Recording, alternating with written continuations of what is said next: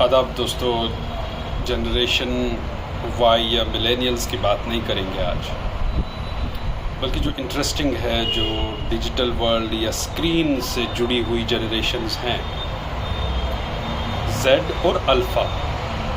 Z in the sense 1995 या 96 के बाद जो बच्चे पैदा हुए 2009 या 10 तक, जनरेशन जेड, और अल्फ़ा 10 के बाद की जनरेशन अब तक। दोस्तों, ये कुछ नया नहीं होगा अगर मैं कहूँ कि हर एक जनरेशन के अपने अपने लाइफ स्टाइल्स होते हैं, फीचर्स होते हैं, सोच होती है, पैटर्न्स होते हैं, तरीके होते हैं, फैशन को फॉलो करने का अपना एक ढंग होता है। सोच खुसूसन बहुत ज़रूरी है।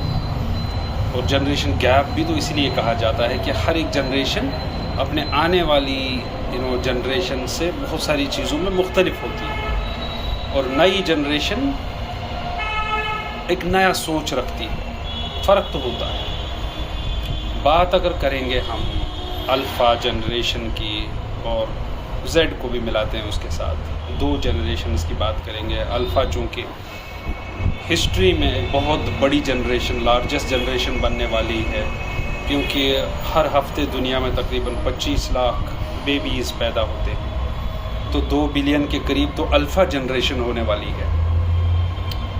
ये मैं कुछ नया नहीं शेयर कर रहा हूँ आपसे, सब कुछ गूगल में है। और जो बात मुझे आपसे मेरे सब्जेक्ट के हवाले से शेयर करनी है, वैसे तो एक सोशियोलॉजिस्ट, इमरानियात का तालिब इल्म, वो ये कि जो ये दो जनरेशन्स हैं, खुसूसन अल्फ़ा, ये जनरेशन्स वाई और बाकी जनरेशन से किस तरह मुख्तलिफ है। दोस्तों, हम जब बच्चे थे, मिलेनियल्स, तो क्राउड फंडिंग में, मान लीजिए अगर कोई चीज़ 10 रुपए की बाज़ार में आ रही है, तो अंकल से 3 रुपए लिए, मम्मी से 2 रुपए लिए, भाई से 1 रुपया लिया, पापा से 5 रुपए लिए, तो ये 10 जोड़ के हम जमा करते थे, वो जज्बा रखते थे और कोई चीज़ खरीद लेते थे। और एक डिमांडिंग जनरेशन, जिसे मैं कहूँगा एक ज़िद्दी जनरेशन, वो नहीं थे। आज के बच्चों को जब हम देखते हैं, उसमें जेड और अल्फ़ा दोनों शामिल हैं। दोस्तों, एक नया ट्रेंड है। ये एक ऐसी जनरेशन है जिनको वो कॉन्सेप्ट ही नहीं है कि किसी चीज़ का ना होना क्या होता है। ऐसी जनरेशन, हम जनरलाइज नहीं करेंगे, there are exceptions, poverty is a big reason, but mostly हम एक यूथ कल्चर की बात कर रहे हैं, सब यूथ कल्चर्स की बात करेंगे, यूथ सोशियोलॉजी के हवाले से बात करेंगे।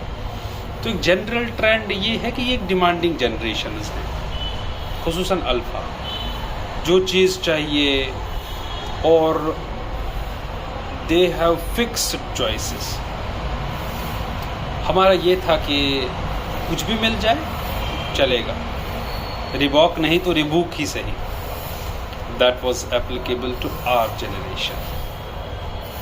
यहाँ पे रिबूक नहीं चलेगा। This is a brand conscious youth stock. This is a brand conscious generation. और पैसे का ना होना, लैक ऑफ एफोर्डेबिलिटी, वो चीज़ें इस अल्फ़ा जनरेशन की खुसूसन बात करेंगे, इनकी समझ से बाहर है। क्योंकि ये एक चालाक जनरेशन है। चालाक इन द सेंस मॉडर्निटी में रह रहे हैं, स्मार्टफोन। ये चालाक जनरेशन को मालूम है कि आज ऐसा नहीं है कि किसी के पास पैसे नहीं है, सबके पास पैसे हैं। देयरफॉर जो भी चाहिए दे वुड आस्क, एंड वो फिक्स भी हैं उसमें, वो उसमें श्योर भी हैं क्या चाहिए। तो अगर हम आज छोटे बच्चे से बात करते हैं कि वो टाटा नेक्सॉन भी वहीं से बोल रहा है, वो उसको अगर कोई बाइसिकल का या स्केट स्कूटर का या किसी भी टॉय का, किसी भी चीज़ का मुतालबा करना है तो वो उसका नाम भी जानता है, उसका ब्रांड भी जानता है, और कीमत से उसको मतलब नहीं, वो अफोर्डेबिलिटी से उसको मतलब नहीं। They want it so they should have it, that's it. Therefore market ये जानता है, इंडस्ट्रियलिस्ट्स ये जानते हैं दोस्तों इस जनरेशन के बारे में कि एक ऐसी जनरेशन बहुत जल्दी यूथ बनने वाली है, एडोलसेंट्स की सूरत में तैयार हो चुकी है, जो जनरेशन एक क्वालिटी कॉन्शियस जनरेशन है, जो जनरेशन एक ब्रांड कॉन्शियस जनरेशन है, जो जनरेशन एक मार्केट को समझने वाली, जानने वाली, कमोडिटी लविंग, और जिनको ब्रांड्स के साथ ही स्टेटस सिंबल अटैच करना आता है, जो ब्रांड्स के साथ ही, जो चीज़ों के साथ ही अपनी हस्ती को डिफ़ाइन करते हैं, अपने वजूद को डिफ़ाइन करते हैं। ये मार्केट जानता है, ये इंडस्ट्रियलिस्ट्स और मैनेजमेंट के लोग अच्छा समझते हैं। मैं इसका एक्सपर्ट नहीं हूँ, बट मैनेजमेंट खुसूसन मार्केटिंग वाले अच्छे से ये जानते हैं कि एक बहुत जल्दी वो वक्त आने वाला है जब लोग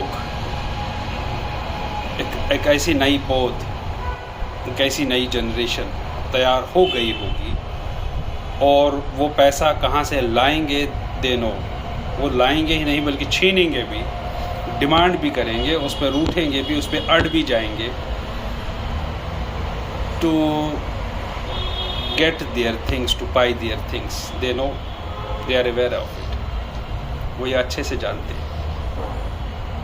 देयरफॉर उन्होंने तैयारियां शुरू की हैं अपनी। उनकी तैयारियों में आपको हैरत नहीं होगी अगर मैं कहूँगा कि एप्पल के मैन्युफैक्चरिंग जो बिज़नेस है, जो मैन्युफैक्चरिंग आउटलेट्स हैं, जो स्टोर्स हैं, वो खुलेंगे यहाँ पे। वजह क्या है? वजह ये है कि दोस्तों एक वो जनरेशन आ चुकी है, वो पैदा हो चुकी है या 25 तक पैदा होगी, जो जनरेशन को सिर्फ एप्पल से मतलब होगा, जिस जनरेशन को पैदा होते ही स्मार्टफोन का एक्सपोजर है, उस जनरेशन को बहुत जल्दी 2 साल, 4 साल, 5 साल में पता लग जाएगा कि ये एंड्रॉयड क्या होता है और एप्पल का सिस्टम क्या होता है, और स्टेटस सिंबल किस में है समाज में, हम किस चीज़ से वैलिडेशन सीख करेंगे, इज़्ज़त अपनी किस तरीके से इवैल्यूएट करेंगे, अपनी हस्ती, अपना वजूद, अपना क्लास। ये एक क्लास लविंग सोसाइटी एक बनने वाली है, ये क्लास लविंग जनरेशन है। देयरफॉर दोस्तों मार्केट तैयार हो चुका है, उस हिसाब से मार्केट तैयार हो रहा है, उस तरीके से मार्केट शेप अप हो रहा है to meet the demands of this coming, this developing generation, or who are at the stake amid all this? इनके पेरेंट्स, obviously millennials, boomers की बात छोड़िए क्योंकि उनका ज़माना गया ऑलमोस्ट। तो अगर जब हम देयरफॉर सोशियोलॉजिकली जनरेशन वाई या जनरेशन अल्फ़ा की बात करें दोस्तों, हम मिलेनियल्स को इग्नोर कर ही नहीं सकते, क्योंकि ये जो वाई एंड जेड डेवलप हो रही है, मार्केट को टच करने वाली है, ये जनरेशन्स डायरेक्टली बहुत सारे सोशल प्रेशर्स क्रिएट करने वाली हैं मिलेनियल्स के लिए। बहुत सारे पेरेंटिंग कंसर्न्स क्रिएट करने वाली हैं, और बहुत सारे समाजी मसाइल, और अनएम्प्लॉयमेंट तो है ही, इनकम लेवल्स का तो यही है, मार्केट का इन्फ्लेशन तो है ही। Therefore, challenges are numerous for millennials. I hope you got my point. I don't want to prolong it further.